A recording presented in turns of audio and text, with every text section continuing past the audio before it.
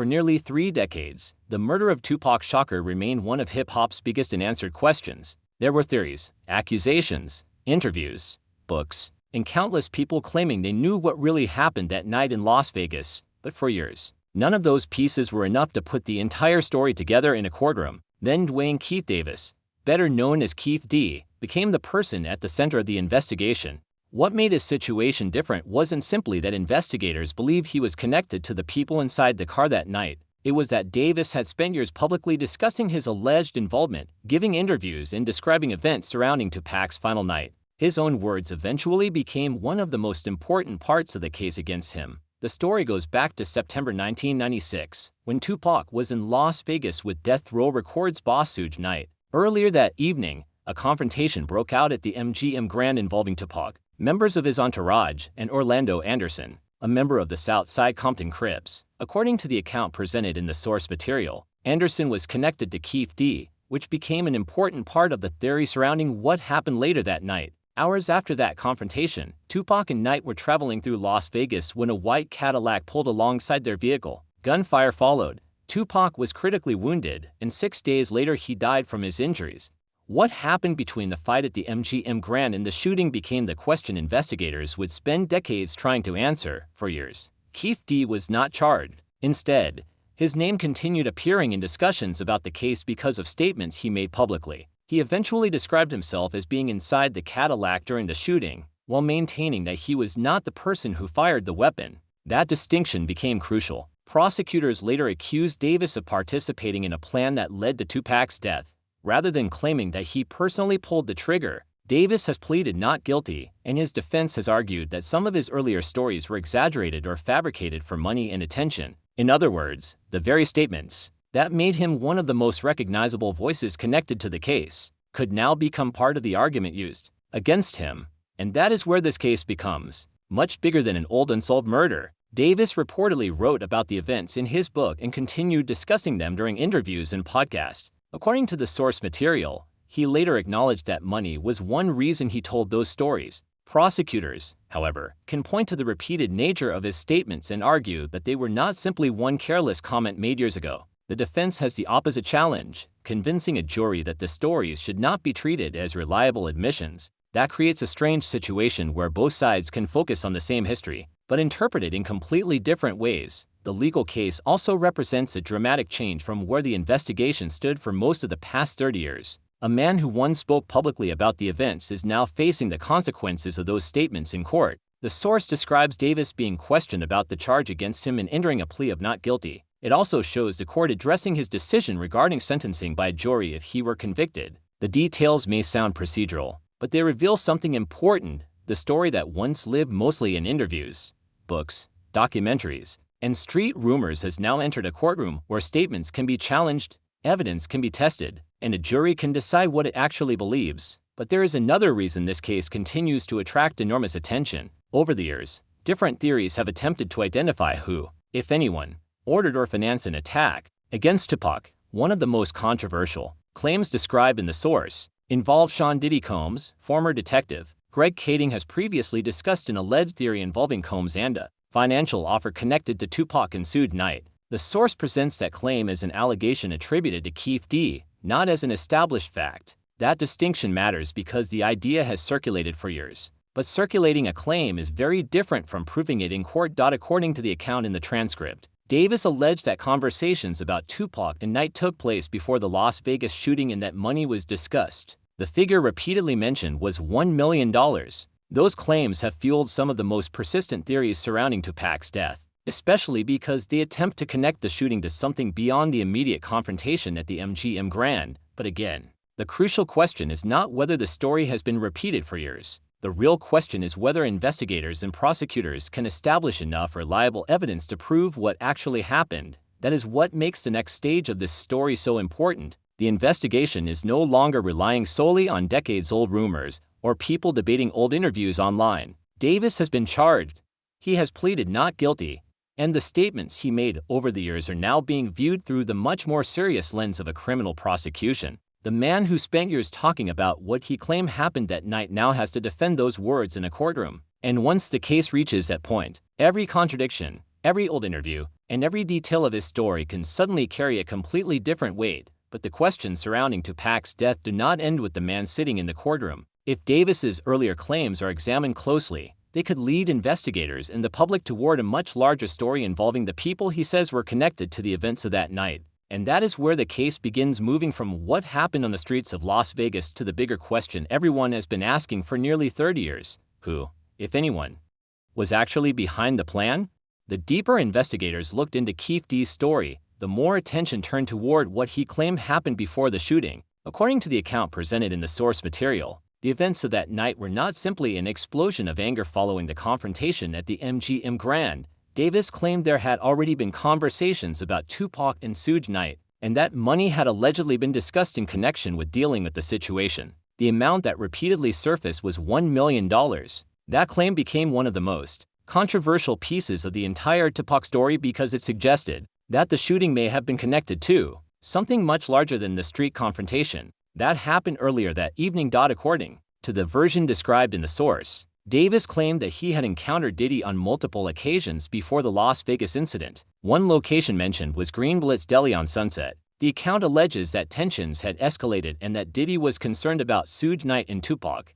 Davis claimed that he was asked to take care of the situation, and that an agreement involving money was reached. The alleged target was described as both Knight and Tupac, although Davis reportedly claimed that Knight was the main concern because of the power and protection surrounding him. Tupac, in this telling, became part of the equation because of his public behavior and the conflict surrounding him. That claim has to be treated carefully because it remains an allegation rather than an established fact. The source itself presents the story through Davis's statements and interviews, while also showing that other people have disputed parts of the account. But whether someone believes Davis or not, the allegation became important because it gave the public a possible explanation for why the events of September 1996 could have escalated so dramatically. Instead of viewing the shooting as an isolated act of revenge after the MGM Grand fight, the theory attempts to place it inside a longer chain of disagreements, rivalries, and alleged financial incentives. There was another detail that made the story even more complicated. Davis reportedly described his life before meeting Diddy as extremely successful within his own world. In one of the interviews referenced by the transcript, he spoke about making enormous amounts of money and operating without attracting much attention. His complaint was essentially that becoming connected to bigger personalities and bigger conflicts brought unwanted heat. Whether those comments were exaggeration, bravado, or an honest description of his circumstances, they showed how Davis wanted to portray himself, someone who believed he had already been successful before the wider music industry conflict entered his life.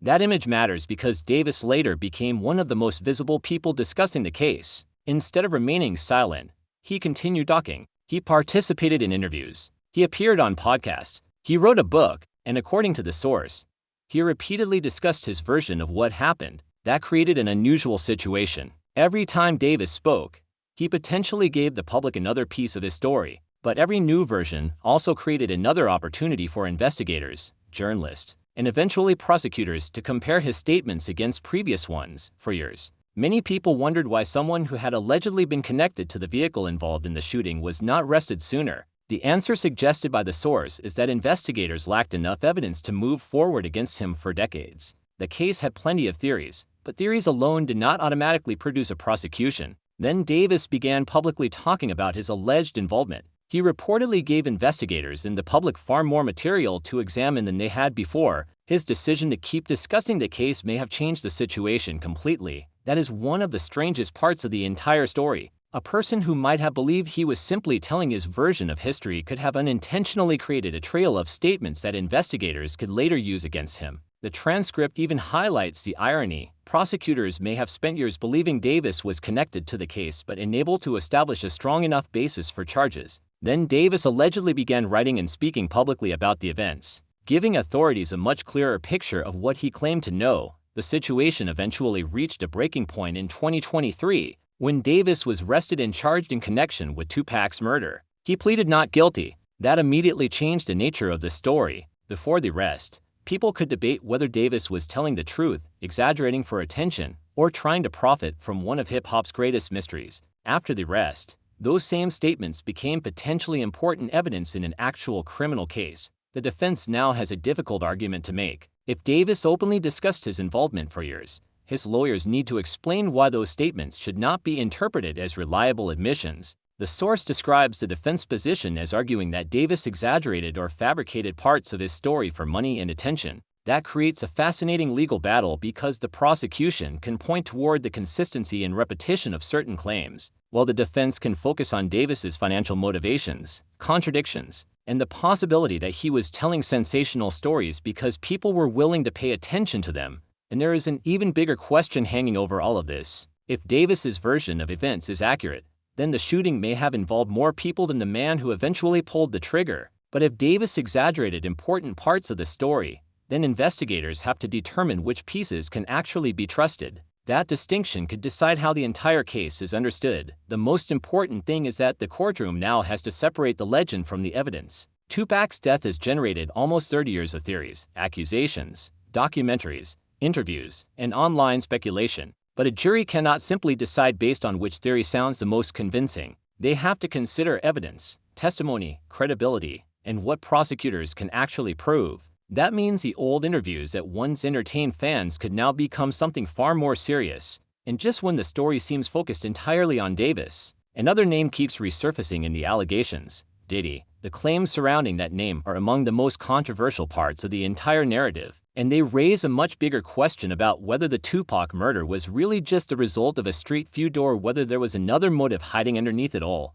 The deeper the story goes, the harder it becomes to separate what was actually established from what has been repeated for years. One of the biggest names repeatedly pulled into the conversation is Sean Diddy Combs, but the claims connecting him to Tupac's murder remain allegations, not proven facts. The source material describes a theory in which Diddy was allegedly connected to an offer of money involving Tupac and Suge Knight. That theory has circulated for years, largely because of statements attributed to Keefe D in discussions by former investigators. But the existence of the allegation does not automatically establish that it happened. That distinction becomes especially important now that Davis's statements are being examined in the context of a criminal prosecution. According to the source, another person whose name entered the story was Eric Von Zip. The transcript describes allegations that Von Zip was somehow connected to money and a weapon allegedly associated with the shooting. One claim discussed in the material involved a $1 million payment that was supposedly meant to reach Davis.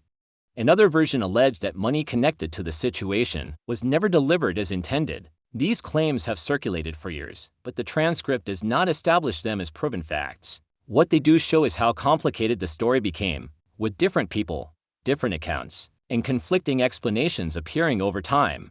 There is also an important reason these theories have remained alive for so long. Tupac's murder happened in an environment where personal rivalries and professional competition were already deeply intertwined. The East Coast versus West Coast conflict had created enormous tension around hip-hop. Tupac had openly attacked people he believed were connected to the problems surrounding him, while figures on the other side of the rivalry were dealing with their own growing pressures. The situation was already volatile before the shooting in Las Vegas. That is why some theories attempt to explain Tupac's death through a combination of personal revenge, street conflict, and music industry rivalry, rather than one simple motive. The source also brings up Tupac's relationship with several major artists and the changing alliances surrounding him. Snoop Dogg, for example, is discussed because of comments he made about Tupac shortly before his death. According to the transcript, Snoop described a complicated period in their friendship, saying they had once been extremely close but that tensions had developed shortly before Tupac died.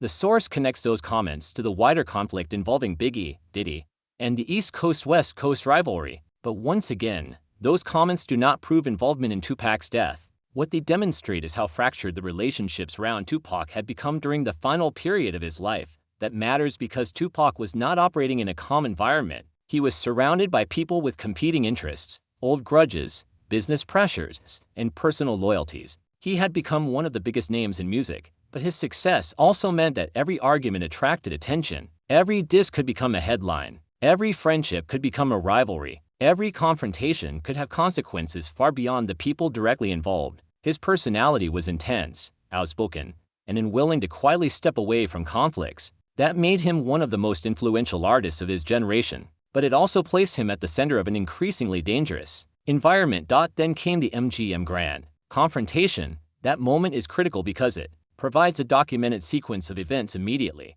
before the shooting. Tupac and members of his entourage encountered Orlando Anderson inside the MGM Grand. A physical confrontation followed. Anderson was reportedly associated with the same South Side Compton Crips circle connected to people in Davis's circle. Later that night, Tupac and Suge Knight were driving through Las Vegas when a white Cadillac approached their vehicle and gunfire erupted. Tupac was struck multiple times and later died. The timing of those events created an obvious theory of retaliation. If the shooting was connected to the MGM Grand fight, then the motive could have been revenge, but the allegations about money introduced another possible explanation. That is where the case becomes especially complicated. One theory says the shooting was essentially the result of a street feud that escalated after the MGM Grand confrontation. Another theory presented in the source suggests that there may have been a larger financial motive behind the attack. The two explanations are not necessarily mutually exclusive, but they lead investigators in very different directions. If the shooting was retaliation, the focus falls heavily on the people directly involved in the confrontation. If there was a larger plan,